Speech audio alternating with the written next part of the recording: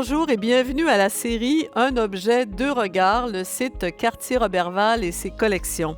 Cette série de rencontres entre spécialistes vous est proposée par l'Unité mixte de recherche Capital et Patrimoine avec l'objectif de partager largement les connaissances sur les formidables collections du site Cartier-Roberval. La série a été conçue et scénarisée par Habib Saïdi, professeur au département des sciences historiques de l'Université Laval. L'objet d'aujourd'hui, en fait, c'est le paysage, car le site Cartier-Roberval, c'est d'abord un paysage, un ensemble d'éléments visibles et moins tangibles, naturels et culturels. Alors, nous allons discuter aujourd'hui de l'évolution historique de ce paysage précieux et instructif à la fois, et nous le ferons grâce à deux spécialistes et chercheurs qui connaissent très bien les lieux. Je suis Françoise Guénette et j'ai avec moi Najat Biri et Serge Rouleau, que je vous présente avec plaisir. Madame Biri, bonjour à vous. Vous êtes professeure titulaire au département de géographie et chercheur au Centre d'études nordiques de l'Université Laval, que vous avez d'ailleurs dirigé de 2012 à 2018. Vous êtes géologue du Quaternaire et géoarchéologue et vos recherches, en lien très étroit avec d'autres chercheurs à l'international, portent sur les changements environnementaux et sur les interactions entre les humains et leurs environnements au Nunavik, au Labrador et en Islande. Vous êtes d'ailleurs co-directrice de l'Observatoire Hommes-Milieu international du Nunavik, donc un observatoire qui surveille les mutations très accélérées ces temps-ci des systèmes socio-écologiques nordiques. Merci d'être avec nous aujourd'hui. Merci. Monsieur Rouleau, bonjour à vous. Vous êtes formé en histoire et en archéologie historique. Vous travaillez à la Ville de Québec depuis 1990, plus précisément à la Division du patrimoine et des relations internationales. Et vous avez réalisé plusieurs mandats sur plusieurs sites d'intérêt, dont 2 campagnes d'inventaire à Cap-Rouge en 2008 et en 2010.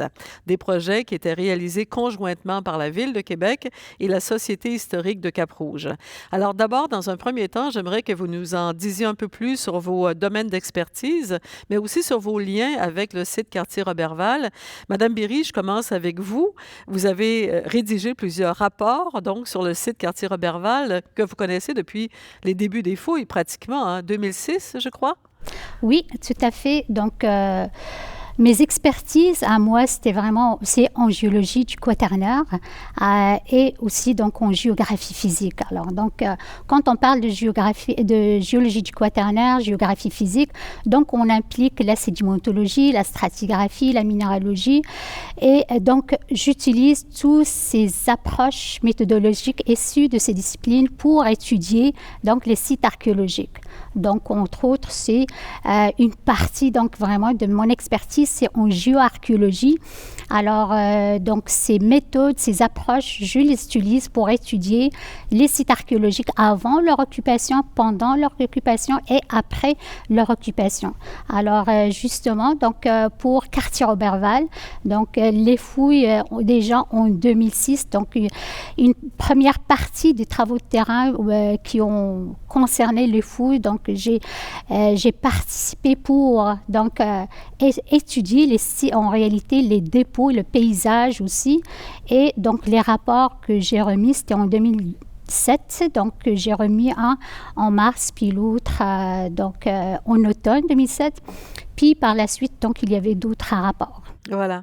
Et je comprends que la géoarchéologie, c'est une discipline très récente, et vous avez été l'une des premières, sinon la première au Québec à l'établir. Oui, tout à fait. La géoarchéologie est très développée donc en Europe principalement, mais alors que donc depuis mon arrivée, donc comme j'étais formée en France, donc mon arrivée ici dans les années 90, donc on a développé des projets avec les archéologues donc de l'Université Laval, l'Institut culturel à Watac, puis aussi donc avec les chercheurs de la Commission de la capitale nationale, puis aussi les archéologues de la Ville de Québec.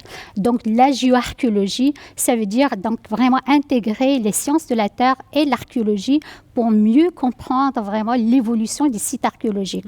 Alors, donc, on a mis en place des techniques qui nous permettent vraiment savoir comment le site lui-même, les dépôts ont été appropriés par les humains, comment ils les ont transformés. Voilà. Et c'est vraiment, c'est ça la définition de la géoarchéologie. On va y revenir beaucoup plus en détail. Et vous, Monsieur Rouleau, vous combinez au fond deux disciplines également. Vous êtes historien et archéologue. Et c'est à ce titre-là que vous avez mené ces campagnes d'inventaire au site Cartier-Roberval, mais dans la partie basse du site. C'est bien ça? Qu'est-ce que vous cherchez exactement? Ben, en fait, nos deux campagnes d'inventaire s'inscrivaient en fait dans une série de 3. La nôtre avait été précédée par celle de mon collègue Daniel Simoneau à l'époque. Et puis, en 2008, la Ville avait vraiment l'intention de intégrer une approche multidisciplinaire pour identifier les ressources archéologiques du Vieux-Cap-Rouge, mais la partie basse, bien sûr. Donc, nous avions retenu les services d'un préhistorien, d'un étudiant du Centre d'études nordiques. Et puis, donc, notre approche visait vraiment également à faire l'étude de potentiel au niveau historique du site et complétée par des inventaires sur le terrain. Et qu'est-ce que vous avez trouvé? Quels éléments les plus intéressants vous avez découverts dans ce vieux Cap-Rouge, là, près de la rivière et de l'église, là? Oui, mais en fait, notre approche a été articulée et centrée, je dirais, sur la tentative de découverte de l'établissement colonial 1541-1542 par Cartier-Roberval. Donc, nos recherches, l'échantillonnage, si vous voulez, du site élargi, visait à différentes propriétés publiques, scolaires, privées. On a pas mal couvert l'ensemble du Vieux-Cap-Rouge, mais avec un échantillonnage restreint, si vous voulez. Restreint, quand même, voilà. Écoutez, on va poursuivre. D'abord, j'aimerais vous demander, je suis complètement profane, pour une géoarchéologue comme vous, qu'est-ce que ça veut dire le mot paysage, le concept de paysage? Qu'est-ce que ça signifie? Qu'est-ce que ça comprend? Comment on distingue le paysage du site ou du lieu, au fond? Donc, le paysage, quand même, c'est un concept qui a été débattu longtemps, donc surtout à partir du 19e siècle, parce que c'est vraiment le paysage, comme j'ai dit, c'est un concept qui pourrait être vu par de différentes façons, tant par les gens qui sont en sciences humaines que par les gens qui ont en sciences vraiment naturelles. Alors, en somme, le paysage, en réalité, c'est désigne un territoire ou un milieu dont le caractère a été façonné par les facteurs naturels, aussi par les facteurs humains, donc l'anthropisation, mais aussi façonné par cette interaction entre l'humain et l'environnement. Alors, ce caractère, donc, qui est forgé, qui est vraiment qui a été mis en place par toutes ces interactions, donne vraiment un caractère spécifique d'un site. Alors, si on parle de Cartier-Roberval, alors c'est sûr le paysage. Donc, on voit que c'est vraiment à la confluence donc de la rivière, donc Cap-Rouge et Saint-Laurent. Donc là, c'est vraiment, il est délimité en termes géomorphologiques. Et aussi, c'est au niveau d'une falaise. Donc là, vraiment le haut d'une falaise, donc quand même un caractère géologique bien spécifique parce que c'est vraiment aussi mis en place par des processus géologiques. C'est une faille. Et aussi, donc, comme facteur naturel, donc, il y a de la forêt, donc une forêt qui est bien spécifique à cet endroit-là, donc, de milieu tempéré. Et aussi, donc, comme du point de vue climatique, donc, on ne peut pas aussi écarter le climat qui façonne et qui donne un caractère spécifique à un territoire ou un milieu pour que ce soit un paysage. Et l'humain aussi intervient, donc, selon l'ampleur de la modification qu'il va faire de ces sites-là. Ça peut être vraiment une anthropisation légère, mais ça peut être une anthropisation qui est très, très forte et qui va vraiment mettre en place un caractère spécifique d'un paysage. Voilà. Avant de parler de la période de l'occupation donc par Cartier-Roberval, 1541-1543, est-ce qu'on peut se demander comment ce paysage-là avait évolué depuis la déglaciation, depuis donc à peu près 10 000 ans, 12 000 ans peut-être? Alors, est-ce que le paysage avait beaucoup évolué jusqu'à 1541? Qu'est-ce qu'on en sait en fait? Oui, donc je peux vraiment parler des étapes principales parce que si on rentre dans les détails, il va y avoir beaucoup de choses à dire. Mais le paysage a évolué beaucoup depuis, disons, 20 000 ans parce que 20 000 ans, c'était le maximum glaciaire où toute la région était plusieurs kilomètres de glace, donc 2 à 3 kilomètres de glace. Alors donc cette dégradation, la fonte du glacier a commencé vers 14 000 ans. Et donc, suite à ce retrait du glacier, donc la fonte du glacier qui se retirait plus au nord, la région a été submergée par la mer. C'est ce qu'on appelle la mer de Champlain. Exactement. Donc, c'est la mer de Champlain qui a été mise en place. Donc, plus en aval de Détroit du Québec, c'était la mer de Goldthwaite, mais en amont, c'était la mer de Champlain. Et comme donc, le continent est allégé de ce poids de glace, donc il commence à se soulever. Et au fur et à mesure, donc, la mer baissait, le niveau de la mer baissait. Alors, donc, on voit apparaître des falaises, des îles, oui, j'imagine. Tout à fait. Comme le promontoire de Cap-Rouge. Oui, donc c'est d'après dans ce qui a été identifié, le promontoire qui est à peu près entre 35 mètres et 50 mètres, donc a émergé vers 8000 ans, 9000 ans. Puis à cette époque-là, donc il y a quand même, c'est comme il y avait plusieurs îles au niveau de cette mer qui baissait et plusieurs îles ont été occupées déjà par les Autochtones. Par les Autochtones. Alors voilà, je me tourne vers l'historien. Quels Autochtones et que faisaient-ils sur ces îles dans ce paysage-là avant l'arrivée de Cartier-Roberval? Qu'est-ce qu'on en sait? Bien, l'information qui nous parvient concerne les populations sur les territoires durant la préhistoire. Donc, on n'est pas vraiment avec des populations à la période de contact de la colonisation Cartier-Roberval. Donc, ce qu'on en sait, évidemment, avec les éléments dont nous avons recueillis lors de notre échantillonnage, il y a des témoins qui attestent de la visite des lieux pour des raisons possiblement rituelles. Oui, et puis à l'époque du sylvicole inférieur. Donc, c'est à peu près tout ce qu'on en sait. Il y a suffisamment d'éléments pour nous permettre de croire que la partie basse, le long de la rivière, a été visitée à cette époque. Mais on n'a pas découvert d'éléments supplémentaires plus récents pouvant attester de leur présence sur place. Voilà. Donc, on peut supposer que les Autochtones de l'époque, de ces époques d'avant, 1540, passaient dans les lieux pour toutes sortes de raisons, peut-être pour s'alimenter aussi. Il y a une rivière, le fleuve, c'est assez giboyeux aussi comme environnement, mais aussi peut-être pour des motifs rituels, comme vous le dites. Mais tout ça, on est dans les suppositions, quoi. C'est l'hypothèse qui a été avancée pour la découverte qui a été faite en 2010 et en 2008. Alors, on voit bien qu'un paysage, c'est un ensemble d'éléments. Alors là, quels éléments de ce paysage-là font que Cartier décide de s'y établir en 1541? Pourquoi c'est stratégique pour le navigateur qu'est Cartier de s'établir à cet endroit-là? Monsieur Rouleau, d'abord. Alors, c'est important pour lui d'avoir accès au fleuve puisqu'il veut pousser ses explorations en direction de Montréal. Donc, ça lui prend un port naturel qui va assurer la protection de ses navires et en même temps où il va pouvoir établir sa colonie. Donc, le choix se tourne naturellement vers la rivière du Cap-Rouge pour diverses raisons, notamment sa position, la protection qu'elle offre par rapport aux marées et au courant du fleuve, les conditions hivernales également, et surtout la portion que l'on voit aujourd'hui offre une surface hospitalière pour l'échouage des navires. Alors, il faut se rendre compte que Cartier aura 3 navires à disposer pour son hivernage. Et à l'époque, c'est la coutume, dans les ports naturels, d'échouer les navires, même en Europe.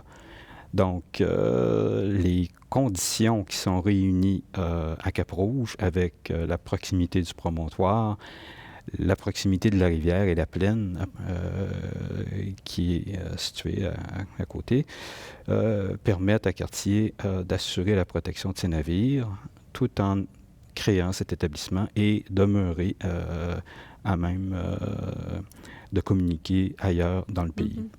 Donc, ce méandre de la rivière Cap-Rouge lui procure un abri, au fond, d'amener ces bateaux-là pendant l'hiver, ça les met à l'abri des courants du fleuve et des grands vents et tout ça, c'est ça? C'est ça.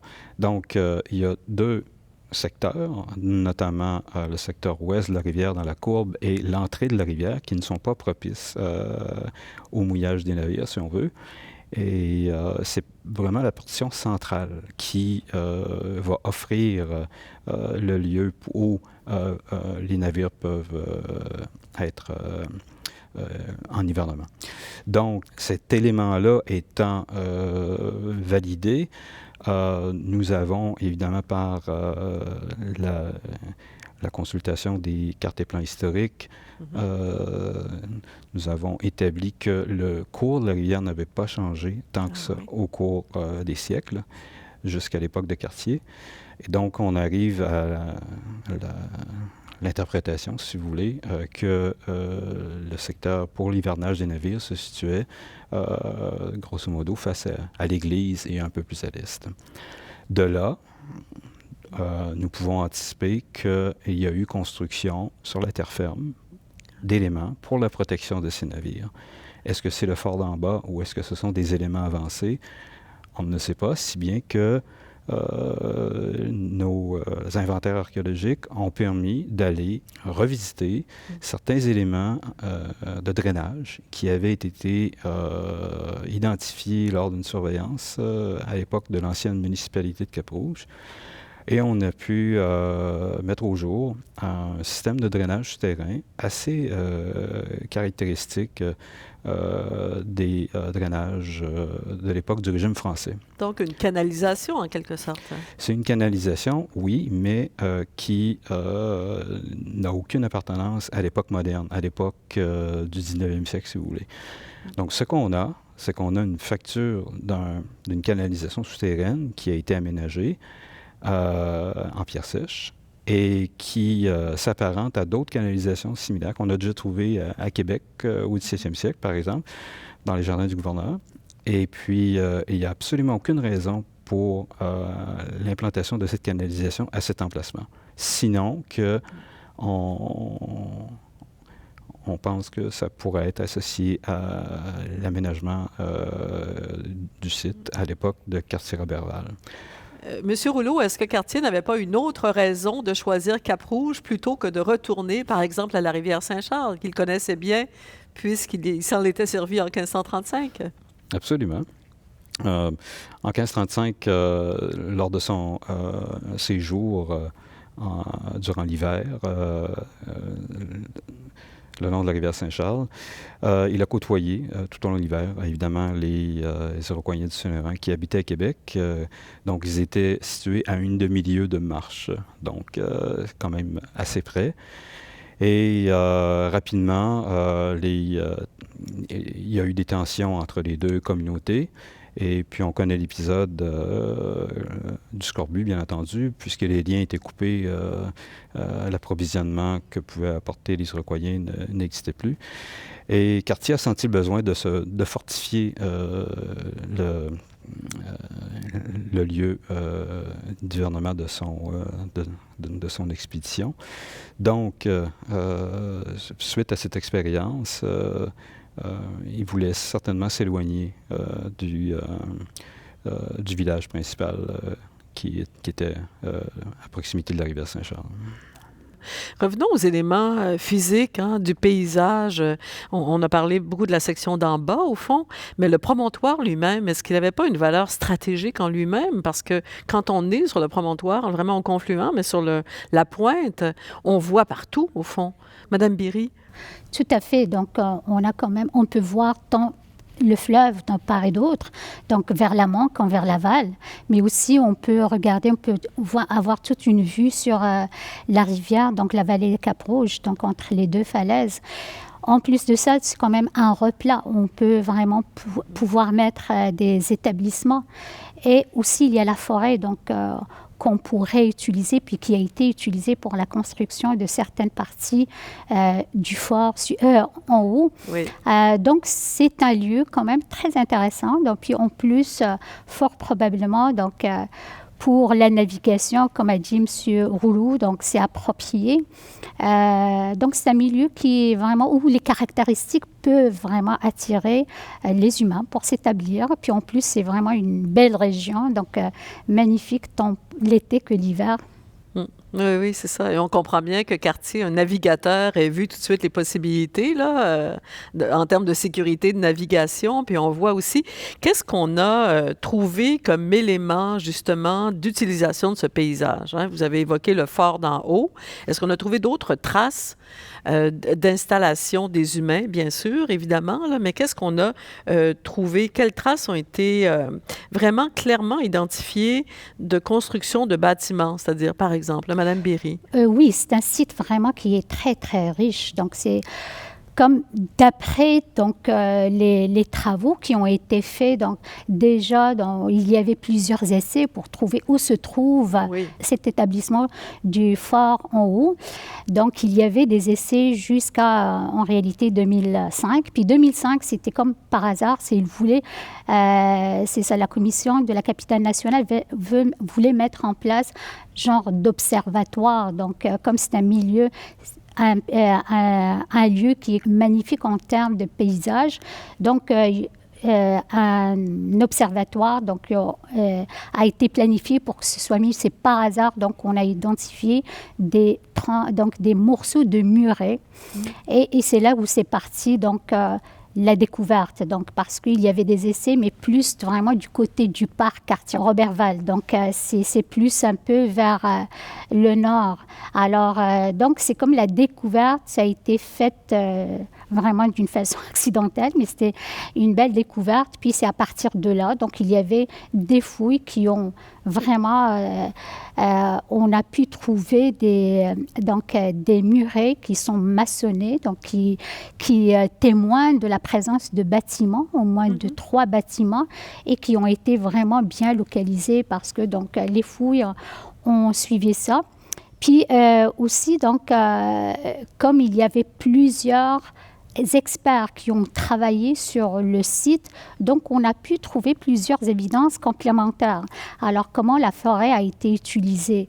Parce qu'il y a un bâtiment ou certains morceaux de bâtiment dont la construction a été donc faite par le bois. Alors, donc, il y a aussi des études archéobotaniques.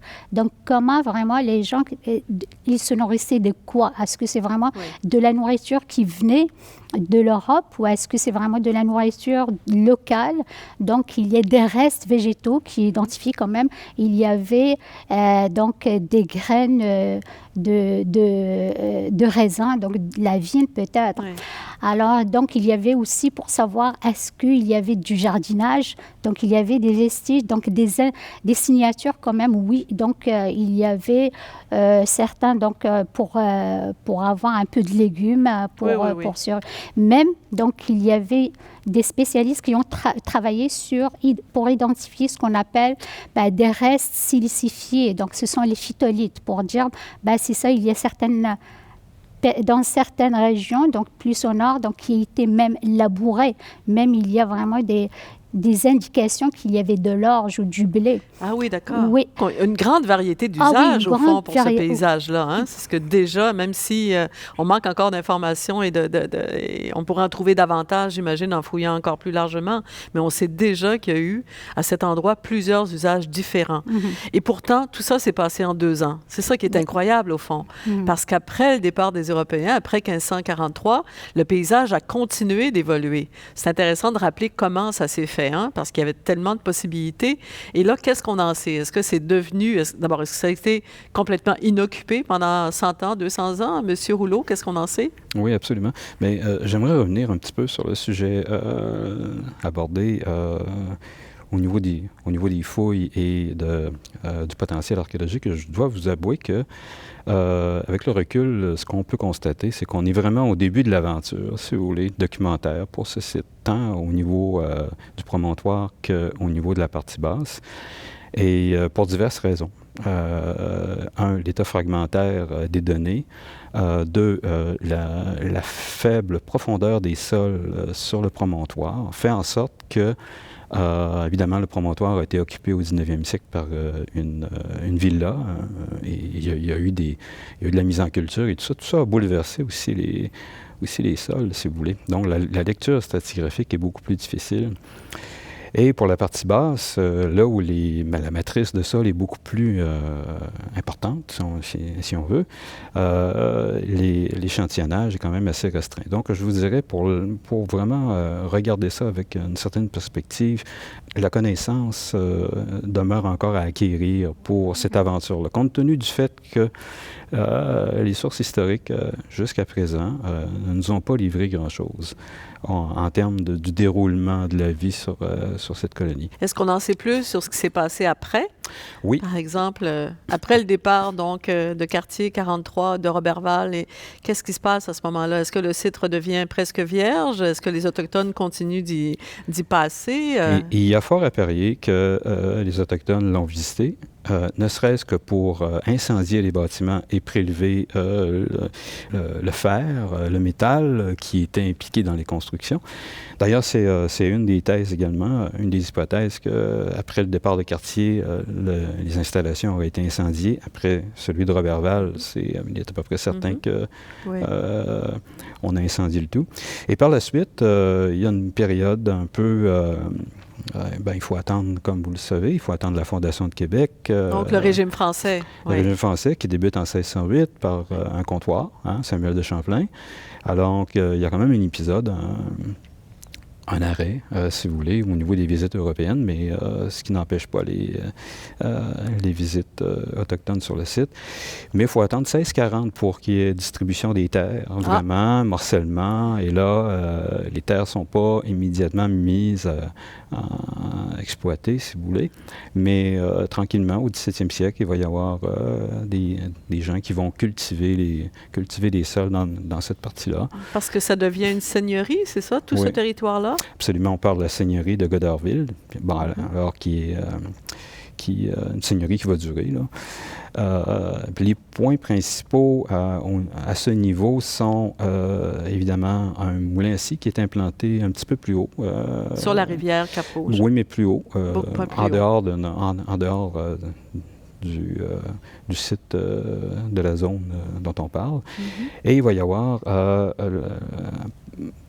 un traversier qui va être en opération, un bac en fait, là, pour permettre de relier les deux chemins, le chemin du Roi qui mène vers Saint-Augustin et le chemin qui vient du promontoire, le chemin Saint-Louis. Ah oui. Donc, c'est les points principaux à cette époque. C'est intéressant parce qu'on peut encore circuler sur ces deux chemins-là, au fond, quand on va pour aller visiter le site, Cartier-Roberval. Donc, un usage au moment de la seigneurie, 18e siècle, 17e siècle, 18e siècle, surtout agricole. Est-ce qu'à un moment donné, on passe avec le 19e siècle à un usage industriel du lieu?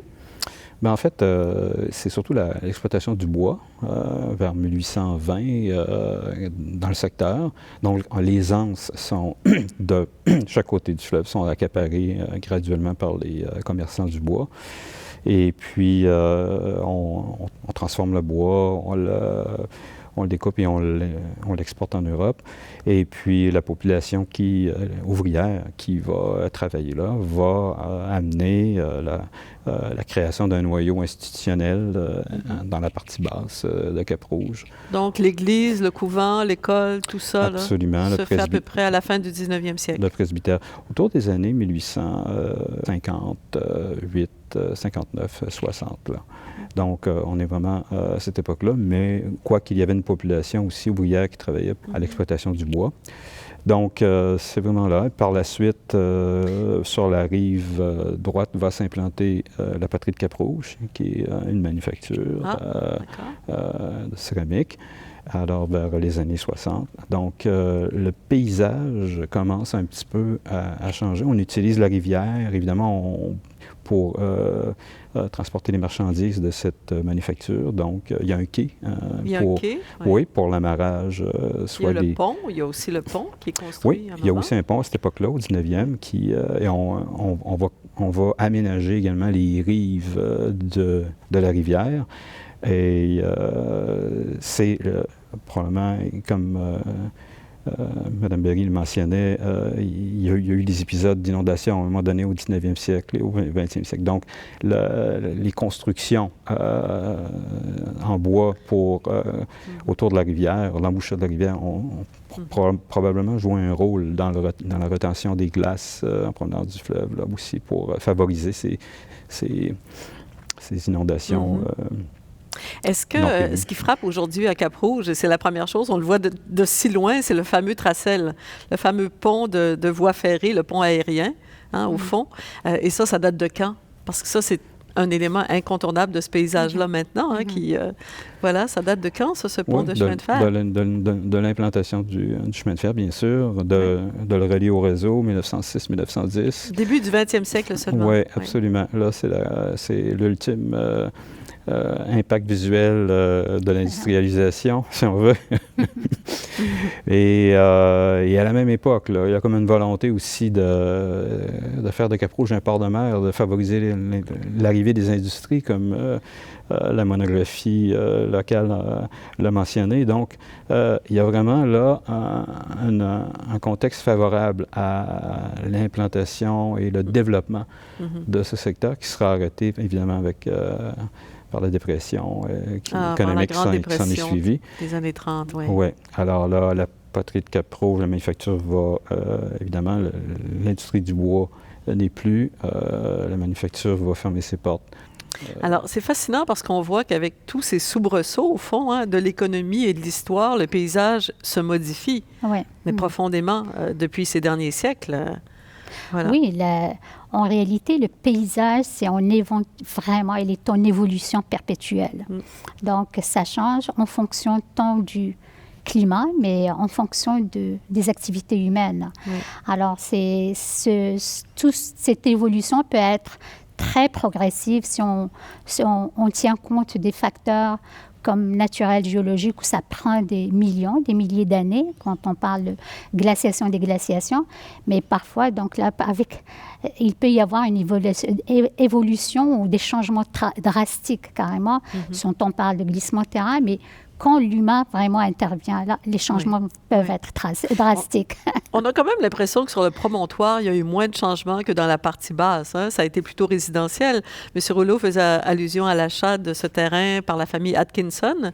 Donc, c'est devenu un lieu de résidence ou de villégiature pendant longtemps, à partir du début du 19e siècle à peu près. Oui, c'est vers 1823. Donc, déjà, cet endroit a été acheté par la famille Atkinson, puis qui ont habité vers 1846 quand même. Mais aussi, donc, il y avait d'autres propriétaires et ce promontoire a été occupé jusqu'en 1906 à l'achat du terrain par les chemins de fer. Donc, pour construire vraiment le tracel. Alors, c'est pour ça. Donc, après le départ de Cartier-Roberval, c'est comme le site a évolué différemment. Donc, a été utilisé pendant comme une bonne période où c'est comme la nature a repris ses droits, mais par la suite, donc, il y a la famille Atkinson qui est venue. Puis après, donc, ils ont nivelé, puis quand même, puis à un certain moment, donc, après 1906, on ne voyait plus les vestiges, donc il fallait vraiment les chercher pour les trouver. Donc, même après le départ, c'est comme le paysage gardait cette mémoire, donc il faut aller la chercher. C'est ça, c'est ça. Et qu'est-ce qui va se passer maintenant? Comment voyez-vous l'avenir de ce site incroyable, le site Cartier-Roberval, dans son ensemble? Et c'est quand même un site soumis à des pressions, des pressions économiques, des pressions de population, des pressions de climat. Il y a l'érosion, par exemple, de la falaise.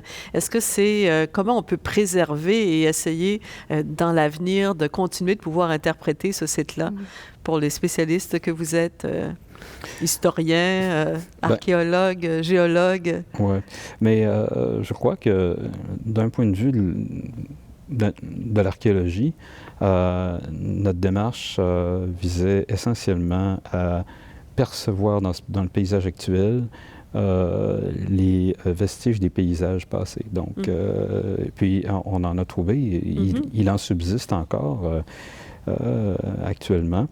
Je pense que les pressions, l'urbanisation, évidemment, la qualité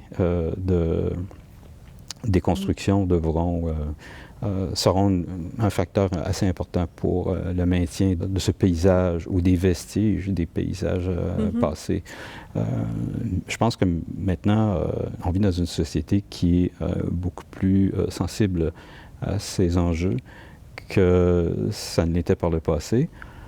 Mais je pense qu'il est important d'identifier ces éléments pour pouvoir les conserver. On ne peut pas conserver ou assurer une protection à ce qu'on ne connaît pas. Voilà. Donc, je pense que c'est important de continuer nos démarches. Madame Béré, êtes-vous d'accord? Pensez-vous aussi qu'on est plus soucieux qu'avant de ces enjeux de conservation, de préservation?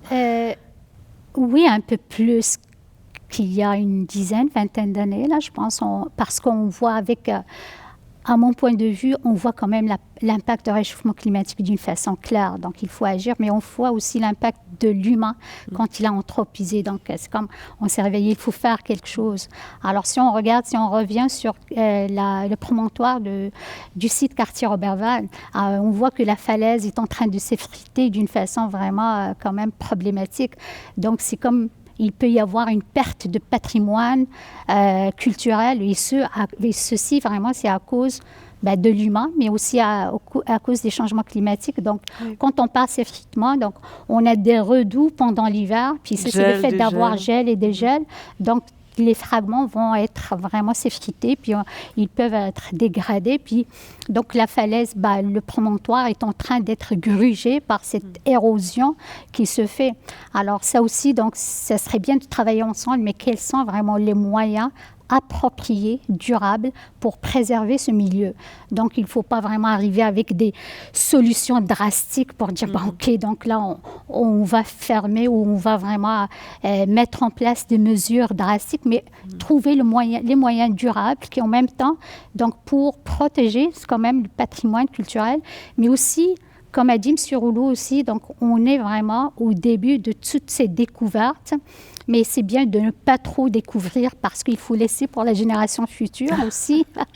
Mais en même temps, utiliser de la technologie nouvelle pour vraiment mieux comprendre puis mieux documenter. Maintenant, il y a de plus de techniques. Si on parle de LIDAR, on parle de beaucoup de choses. Donc, on pourrait faire aussi les choses autrement. Mais on doit, ce que je comprends, c'est avoir collectivement un devoir de vigilance, du moins. Je pense que c'est clair et de ce souci. Alors, écoutez, on va s'arrêter là. Je vous remercie infiniment d'avoir évoqué pour nous tous ces paysages passés du site Cartier-Roberval. Madame Béré, Monsieur Rouleau, merci beaucoup. Merci à vous.